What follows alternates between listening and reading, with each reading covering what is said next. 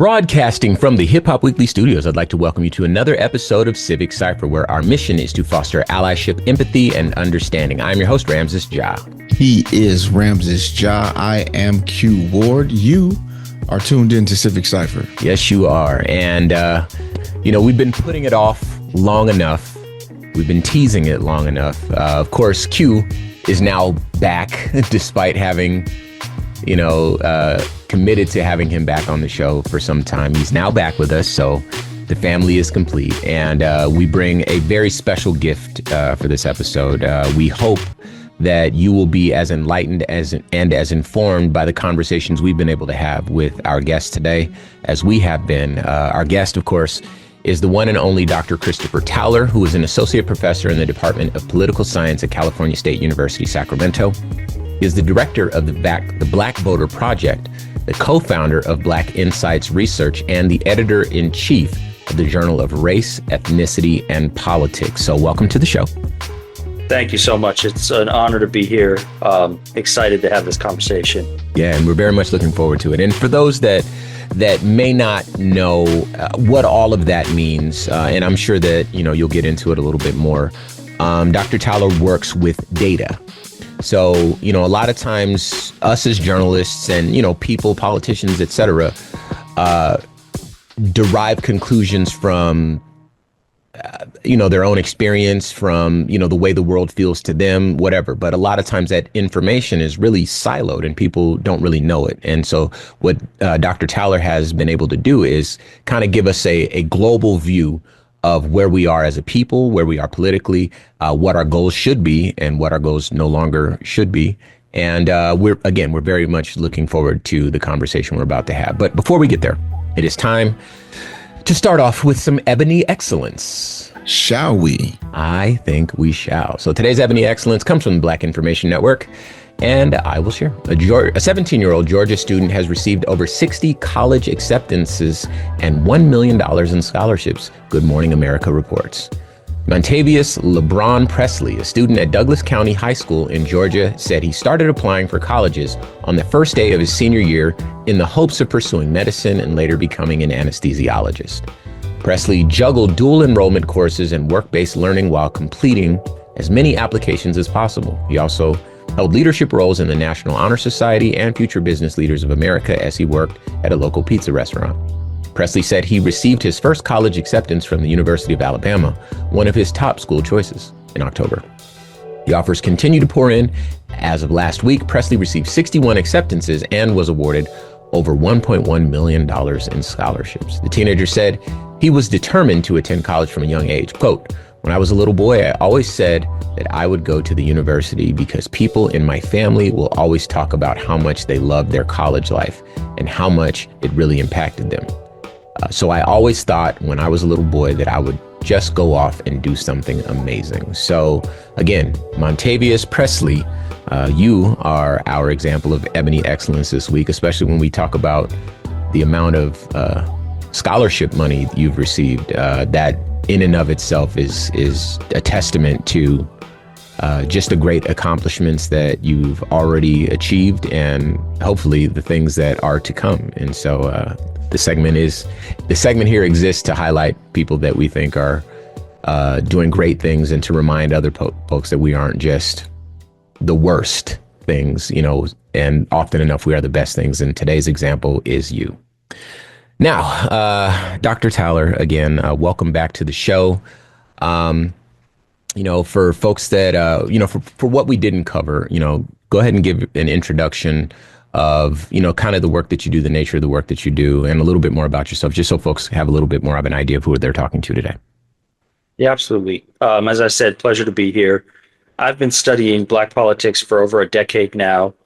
A lot of my work had focused on collecting accurate and reliable data of the Black community, something that really doesn't exist, not just in today's political world, but even in the academic spheres. And it's something that I've taken pride in doing really for the last 6 to 7 years as part of the Black Voter Project, where I've periodically collected data sets, both nationally, regional data sets, statewide data sets of just Black people to try and get a sense as to how Black attitudes and opinions might be similar and different from those of the rest of America, attitudes that oftentimes aren't captured in mainstream surveys and work that's done in mainstream publications and mainstream media.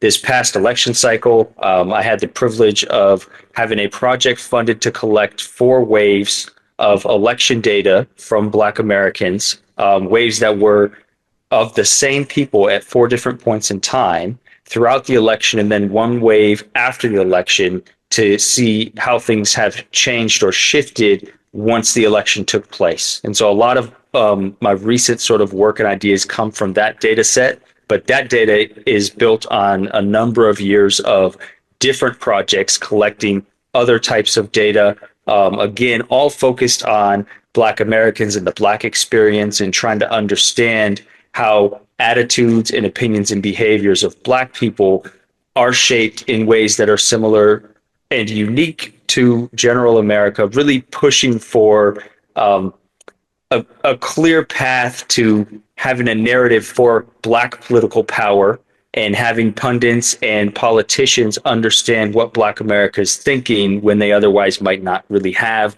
the data to do so. Dr. Towler, there's an interesting thing that happens hosting this show. Because of the type of stories that we cover and our position with our listeners, we spend a lot of time talking about very, very difficult subjects. A counterpoint to that is that oftentimes we get to talk to people who we admire and respect and who we are honored to have a conversation with. And today is one of those times. So, if you can see my smile, I'm trying to fight my smile off. Very, very excited and honored to be speaking with you today.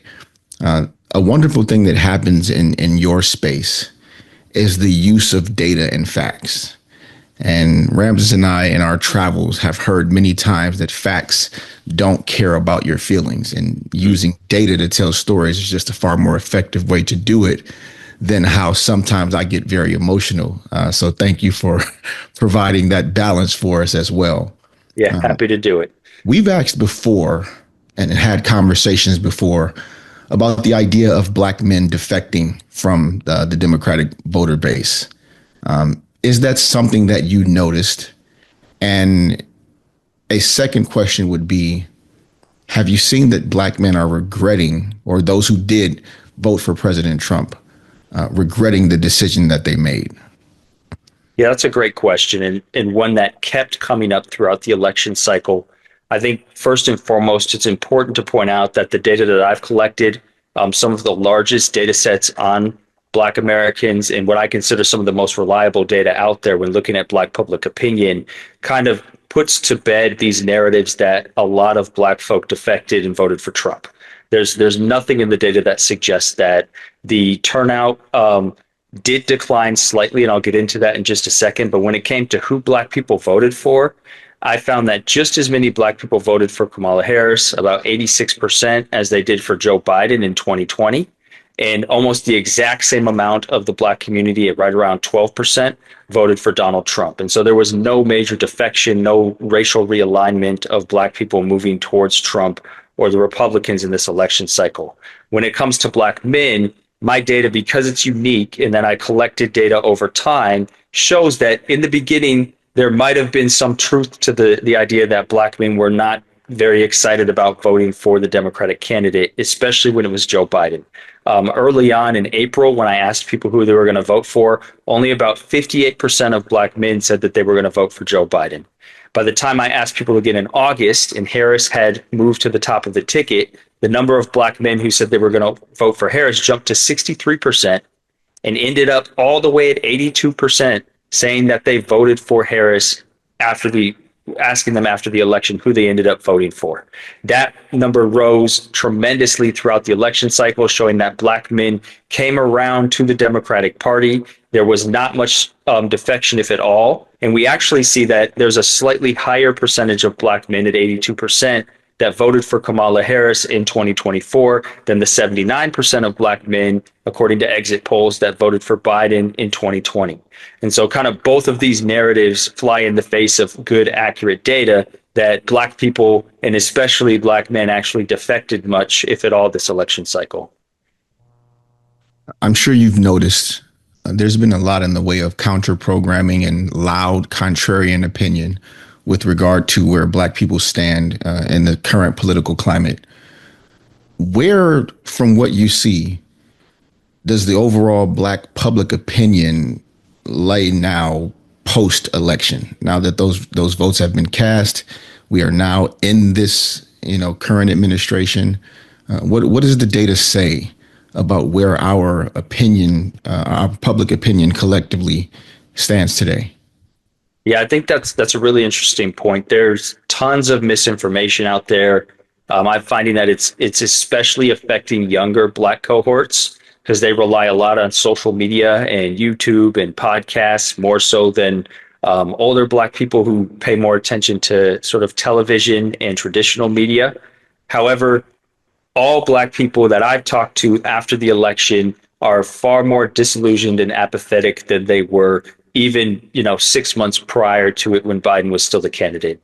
Over the election cycle, the data that I collected suggested that there was some sense of positivity building amongst the black community when it came to the Democratic Party, primarily because of Harris elevating to the top of the ticket. And so initially, about 28% of black people said that they felt that the Democratic Party was welcoming to black people.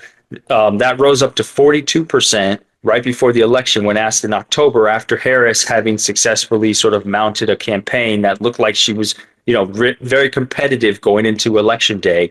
However, when asked again in December after the election, that number dropped from 42% back down to 35%, reversing course, right? And so there were significantly less people saying that the Democratic Party was welcoming to black people after the election, showing this sense of sort of disillusionment and apathy with the party. We also asked people looking forward whether or not they felt like a second Trump presidency was going to motivate them to participate, or if a second Trump presidency would prove exhausting and they kind of just want to be left alone.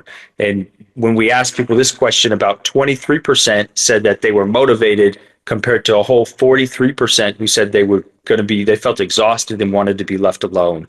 And when we looked at that in some different breakdowns, and the beauty of collecting sort of these large data sets of just black folks is you can actually look at things based on age and gender and have real ideas as to what's taking place instead of having to do cuts with small sections of data and other surveys that aren't designed to measure black opinion. And when doing so, when it comes to looking forward, we found that a whole 51% of black women said that they were exhausted and really just wanted to be left alone after the election. Kind of building on this sentiment that you suggested, where people are really tired, right? And they feel like this election really beat them down, building on a lot of the memes that we see where especially black women are ready to just, sit back and watch the world burn if need be.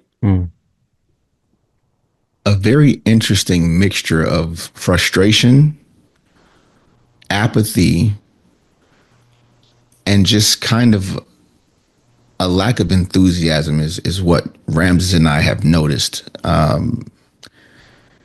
People feeling hopeless has led to conversations that we've noticed where there's a blatant false equivalence. People are like throwing up their hands like, hey, neither party cares about us, which Ramses and I thought was a dangerous trend, because even if that's how you feel, I think it's pretty obvious that one side of the aisle is more of what we've been hearing people call for years an existential threat to democracy than the other. Why do people feel, black people specifically, so unenthusiastic about what the Democratic Party brings to the table currently? Because we've seen people just kind of tapping out on the whole process and throwing their hands up and saying aloud that, neither party cares about us, so why should I care? When we see that, again, one side of the aisle is just far more dangerous than the other. Yeah, there's two things that I want to say here. I think first, it's important to point out, you're exactly right. The danger of building this false equivalency is real. And I think it happened before the election took place as well. A lot of the rhetoric around certain black people voting for Trump, or black men in particular moving towards Trump, rhetoric that does not bear out in the data, tried to build this false equivalency and really make it seem like there's not much difference between the two candidates or the two parties. And although this didn't necessarily cause people to actually vote for Trump or vote against the Democrats, it did drive apathy and it caused people to stay home and to not vote altogether. We absolutely saw that. Numbers suggest Black turnout was down in 2024 compared to 2020, compared to 2016, and especially compared to the Obama years. And in states like Georgia, the only group to have turnout fall is Black voters, right? Every other group, white voters, Asian American voters, Hispanic, Latino voters, they all saw increases in turnout from 2020 to 2024. It was Black voters who saw a drop. And I really feel like that comes from building this false equivalency. And so there's really two things here, right? One, it's the idea that the Democrats aren't doing anything for Black folk. And this has to be a misnomer that is fought by breaking down some of the policy that's taken place in real simple terms. But to do so, you have to first meet a lot of Black voters where they are with their disillusionment. You can't kind of talk down to people and tell them, hey, we've done all this stuff. You should like us. Like, are you dumb? Why don't you know this? You have to understand that a lot of people are working from a historical understanding of politics where Black people have been alienated and left out for generations. And so it's not surprising that they approach party politics with skepticism. So you have to meet them where they are before you try and sell them on any real accomplishments, especially with how complex a lot of policies are. And it doesn't always easily translate down to an individual's life. You might not exactly see how some of the larger policies, especially things such as environmental policy or healthcare policy, fit into one's everyday life. So that's the first thing. The second thing is, I think Democrats failed to make as strong of a case they could as to the dangers that Trump and the MAGA movement represent to the Black community, right? In the surveys that I've conducted, a lot of people were not necessarily sure if Trump was going to follow through on some of his threats. They didn't necessarily believe Project 2025 was a real thing, right? And this again, I see as more of a failure of Democrats to really message as strongly as they possibly could to convince as many people that this is a real threat, this needs our attention, and we need to vote to protect ourselves from this. And all of the modeling I've run before and since the election suggests that convincing people that you need to vote to protect yourselves in this time, in this political environment, is the most effective and efficient way to get people out to vote and thinking that politics is important and relevant to their own lives. You know, Dr. Towler, I'd wondered if the public, Black people, and those who supported, Democratic candidates throughout, the last, let's say, 10 years, felt like the party was crying wolf when it came to Project 2025. I said the word existential threat before, but that wasn't the first time you heard that. And that wasn't the first time a lot of voters heard that as well. I think when you come and you say that again, after people have already been through a Trump presidency, they think, well, maybe it's not going to be that bad. And the messaging about how afraid people should have been of what the possible outcome could be with this election, I think may have fallen on deaf ears because of that. As Black people are looking forward to what we can do now, what we can do next, and what politics and society can look like in the future. What do Black voters, Black citizens, Black Americans have to look forward to as we see the promises of Project 2025 coming to life, right? The first time that Project 2025 got the type of attention that we'd hoped, I think it was Taraji P. Henson at a BET Awards ceremony where she kind of threw that term out into the stratosphere, and people started reacting to it in real time. And, the Republican ticket denied that they had anything to do with it, even though that was clearly a lie. I think some people bought into that. So as we look forward, how do we deal with this sense of hopelessness and apathy and look forward to what we can do next? For me, it's twofold, right? On the one hand, it's really important that we understand that the political dangers are real when it comes to Project 2025, when it comes to the Trump administration, and that we don't just kind of sit on our hands and wait for other people to see how real it is and to act on our behalf, right? The Black community has seen time and again different electorates, different populations would rather take policies that hurt themselves and take material hurt if they feel like it's going to allow for Black people to gain less, right? They'd rather see the Black community hurt than benefit themselves.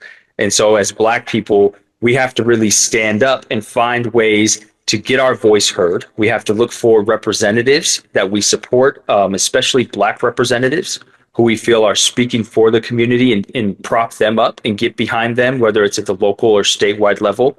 I think we have to look for other ways to have our political voice heard too, beyond just voting, right? And we're coming to a time where voting itself is becoming more and more tenuous, and there's going to be even more questions about access to voting and what type of power the vote has. And so we have to make sure that we have our voices heard, political or otherwise, in other realms, right? And so we see a number of boycotts being organized. I think those are really important to pay attention to, right? To use our economic power to have a voice. There's other ways to have protest movements, sign petitions, find ways to continue to speak your political voice with and beyond voting.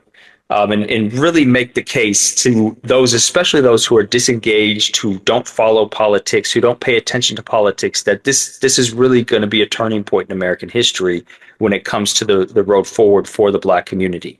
And there's an opportunity here to continue to fight, to continue to push forward and sort of push back the authoritarian press, if you will, trying to move us back towards an era of Jim Crow, an era of less rights for the Black community, rather than allowing for those rights to be infringed upon and having to work for generations again just to get back to where we are right now. Once upon a time, it seemed like our collective voice was more singular. We were all fighting for the same things and wanted the same outcomes. It doesn't feel like that anymore.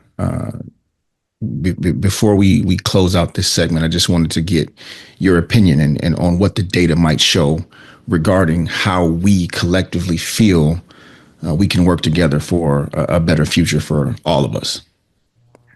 Yeah, I've noticed that too. And especially when looking at sort of connections to party politics and solidarity within political identity, there are younger generations of Black people coming up today who are different, who are more independent, who are more ideologically moderate, less likely to attach themselves to the Democratic Party than older people, older Black communities. And to me, it comes with the relationship and the connection to the civil rights movement, the struggle, in such a way that these stories need to be told. That connection needs to be maintained, and people need to know what we've done for each other, right? To continue to build and to bring the youth back into these same cohorts that we've had for generations sticking together.